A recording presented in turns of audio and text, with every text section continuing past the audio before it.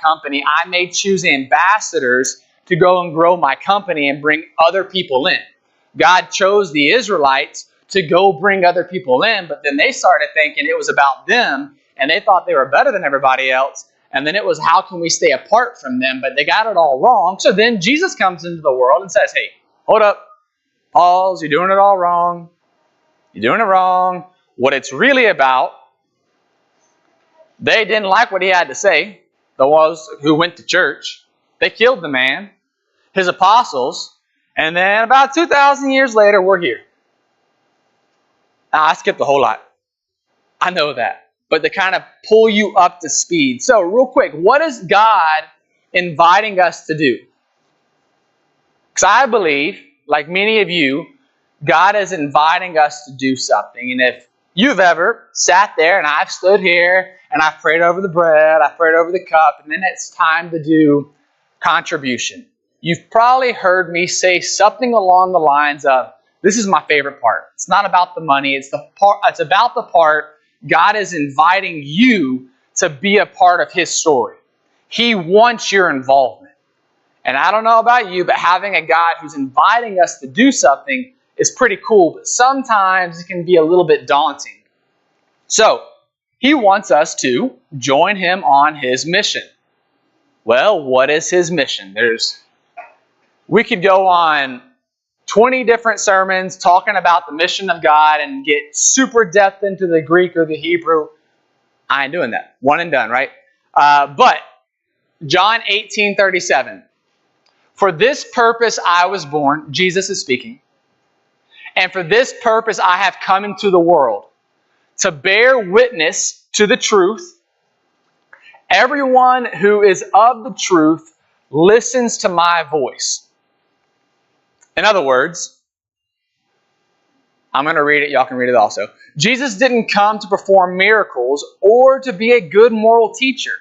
His purpose was to reveal ultimate reality, the truth about God, humanity, and eternity, and to call people to respond to that truth by following Him.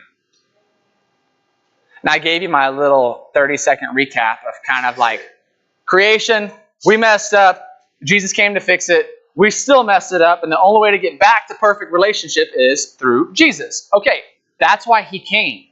And He asked us to follow Him in what's He doing. Y'all with me so far? Y'all catching the picture. But oftentimes we can get trapped in making excuses of why we don't rise to the occasion, why we aren't the people God has called us to be. So moving forward, what are we called to do? Well, here's one you probably heard, and I'm going to tell you again. In Matthew 28, it reads, this is verses 18 through 20. And Jesus came and said to them, all authority in heaven and on earth has been given to me.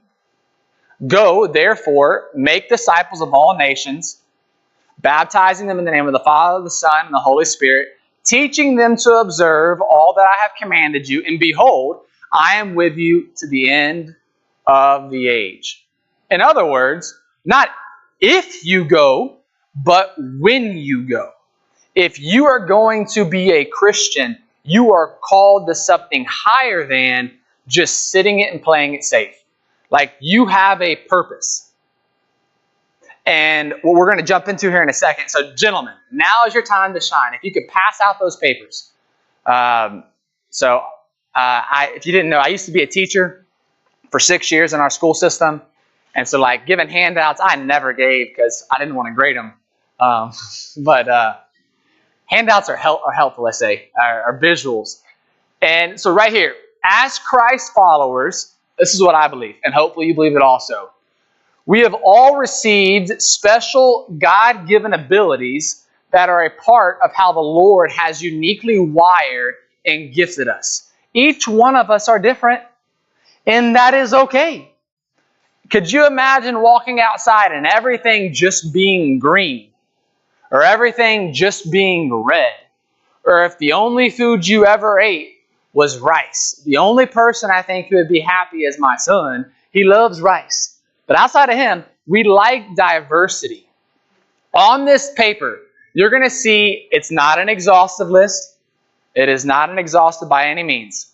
But it's a list that gives some different types of gifts. And what I want you to do is, as we look through them and as we talk about some of these, I want to see if you can figure out, what do you resonate with? Now, this morning in class, by popular opinion of the New Iberia Church of Christ at 9 a.m., they believe that approximately 50 to 60% of Christians could probably identify their gift, if they're being honest. So that means about half know their purpose and where they go, and the other half don't. Now, whether that's true or not, that was their opinion, but I think it's important. And what you were good at in your 20s, or in your teens, or in your 40s, or in your 90s is going to be different. What God calls you to do when you are younger and what He's calling to do in and through you now, it's going to be different unless you do the exact same thing every single day with the exact same people, and it's like you push pause, rewind, but none of us live. What's that show that has Jim Carrey? Is that where he repeats it again and again and again? No? Maybe? Yeah. That's not us though, right? It's not. And so what we're going to look at first off is, here's a gift list. Now again, it is not exhaustive. The reason we're going through this is because my argument is, if you are not living into your potential, you are the problem. Let that fall in yours however you want to.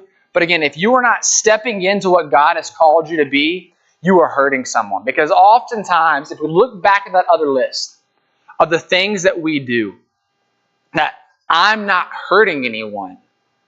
There's a book that I was reading, and I'll skip some details, and I'm going to be a little bit vague, but it's a book called The Men We Need. And in that book, it's talking about a young man being behind closed doors, looking at things he shouldn't look at. And he's like, I'm not hurting anybody. I'm not doing anything I shouldn't. Maybe it's not the best thing, but I'm not hurting anybody. And the author's point is, again, when we went through that whole list of all those different things that you could make an excuse for, his point ends up being, you may not be hurting anyone, but you're not allowing the Spirit to work in and through you the way you're supposed to.